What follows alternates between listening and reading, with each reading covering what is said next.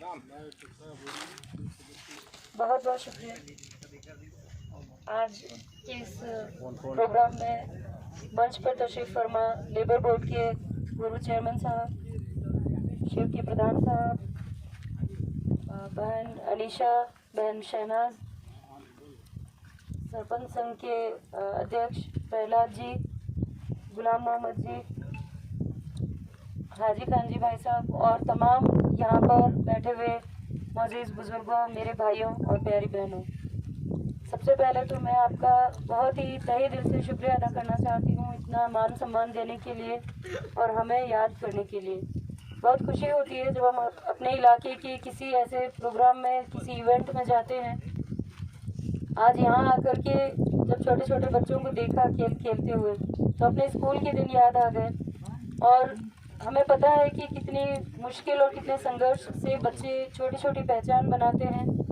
आज अगर हम खेलों की बात करते हैं तो खेल अपने आप में मैं समझती हूँ कि न सिर्फ मस्तिष्क का विकास करते हैं, पूरे व्यक्तित्व का विकास करते हैं। तो सबसे पहले तो हम सभी के यहाँ आने का मकसद सिर्फ इतना है कि हमारे इलाके में खेलों के महत्व को अहमियत दी जाए और खेलों के महत्व को हम समझें। मैं शुक्रिया अदा करना चाहती हूँ हमारे पूरे इलाके की तरफ से बहन, छोटी सी बहन हमारी जो है अनीशा, उसने बहुत मेहनत की।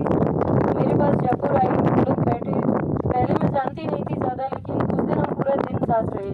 मेरे घर पर रहने के बाद मैंने उसमें एक चुलबुली सी बच्ची देखी, लेकिन जब बाहर देखती हूँ तो वो बहुत ही अच्छे से बिहेव करने वाली एक क्रिकेटर दिखती है। जब मुझे लगा कि एक ग्रामीण इलाके की इतनी सीमित संसाधनों में किस तरीके से बच्ची ने मेहनत की और एक मुकाम हासिल किया। शुक्रिया अदा करना चाहूँगी पूरे उनके परिवार को, उनकी खासतौर से उनकी माता को, जिन्होंने विश्वास जताया और बच्ची को खेलने के लिए, उसके सपनों को पूरे करने के लिए उसे ग्राउंड में आने दिया। उससे मेरी जब बात हुई तो उसने बताया कि दीदी, जब मैं पहले खेलने जाती थी तो मैं जब घर आती थी तो मेरी अम्मी बहुत डांटा करती थी, बोलती थी पूरे दिन तेरे पास कोई काम नहीं है, बस लड़कों के साथ खेलती रहती है। लेकिन जब उन्हें धीरे धीरे पता चलने लगा कि मेरा पैशन है क्रिकेट, मेरा सपना है क्रिकेट, तो उन्होंने धीरे धीरे इन चीज़ों को समझना शुरू किया और मुझ पर विश्वास जताया।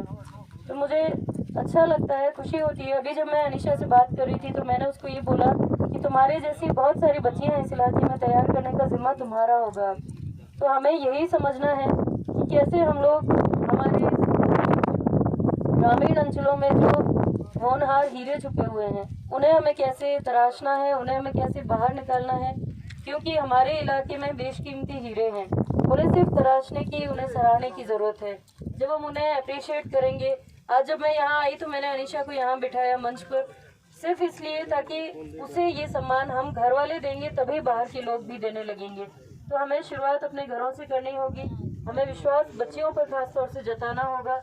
बच्चे बेशक बहुत अच्छा खेल रहे हैं, लेकिन हमारे इलाके में कहीं ना कहीं एक छोटा सा फ़र्क ये लगता है कि बच्चे तो अपना सपना पूरा कर सकते हैं। जब लड़के जब जाते हैं वो कहते हैं कि हमें इस फील्ड में जाना है, तो परिवार वाले उसका सपोर्ट करते हैं। लेकिन जब लड़की जाती है तो उस पर 100 सवाल आते हैं, 100 नज़रें उस पर घूमती है और ये कहते हैं कि लड़कियां क्या कर लेंगी।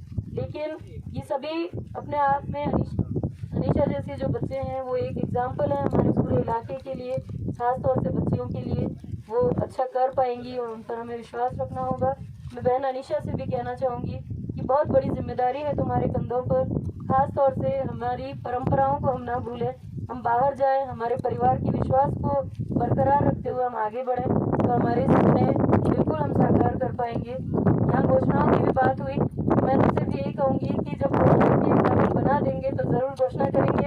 आज तो मेरा बहुत लिमिटेड इलाका है, मैं दनाव की प्रधान हूँ। वहाँ की जितने भी काम हो पाते हैं हम लोग रात दिन मेहनत करते हैं, उस पूरे इलाके में हम सेवाएं दे रहे हैं। और जहाँ भी जो भी जिम्मेदारी अल्लाह ताला ने हमारे पूरे इलाके के लोगों ने दी है, जो भी विश्वास मुझ पर जताया है, उस पर खरा उतरने की पूरी कोशिश की है। आगे भी यही विश्वास दिलाना चाहूँगी कि जहाँ भी जो भी जिम्मेदारी मुझे मिलेगी, चाहे छोटी या बड़ी, हर वक्त आपकी बहन आपके बीच में रात दिन तत्पर रहेगी। और यही मेरा इस ज़िंदगी जीने का, सेवा करने का ही मकसद है, बाकी कुछ भी नहीं। आप सभी का दोबारा मैं धन्यवाद करूँगी और सिर्फ एक छोटी सी लाइन के साथ मैं अपनी बात खत्म करना चाहूँगी। खेलना ज़रूरी है, हारना या जीतना ज़रूरी नहीं है, बस ज़िंदगी में खेलते रहना ज़रूरी है। तो मैं बच्चों से भी यही कहूँगी कि आप लोग खेल को खेल की भावना से खेलें। ये बहुत ही कॉमन लाइन है जो आपको जितने भी नेता आते होंगे सब कहते होंगे, लेकिन इस लाइन में बहुत बड़ी एक सीख छुपी हुई है, उसे हमें समझना ज़रूरी है।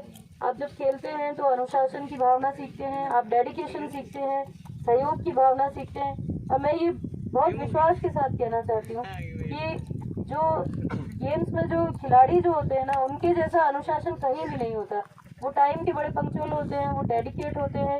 ऐसा कहीं भी आपको अनुशासन नहीं मिलेगा जैसा आपको खेल के मैदान में दिखता है।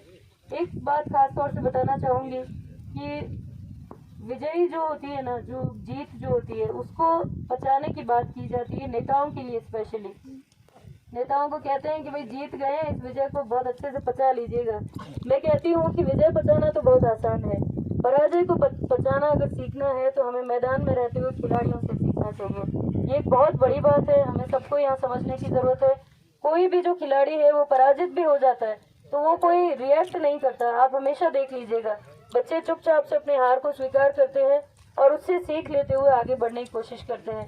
तो खासतौर से नेताओं से भी कहना चाहूँगी कि जब भी पराजित हो तो हमारे जो विरोधी हैं उनको हम परेशान ना करें और इन्हीं बच्चों की तरह हम सीखते हुए आगे बढ़ें और अपनी पराजय से हम लोग बहुत कुछ सीख करके उसमें अपनी कमियों को दूर करते हुए आगे बढ़ें। आप सभी का तहे दिल से शुक्रिया अदा करते हुए मैं अपनी बात को खत्म करूंगी और अनीशा के उज्जवल भविष्य की मैं कामना करती हूँ। धन्यवाद। जय हिंद।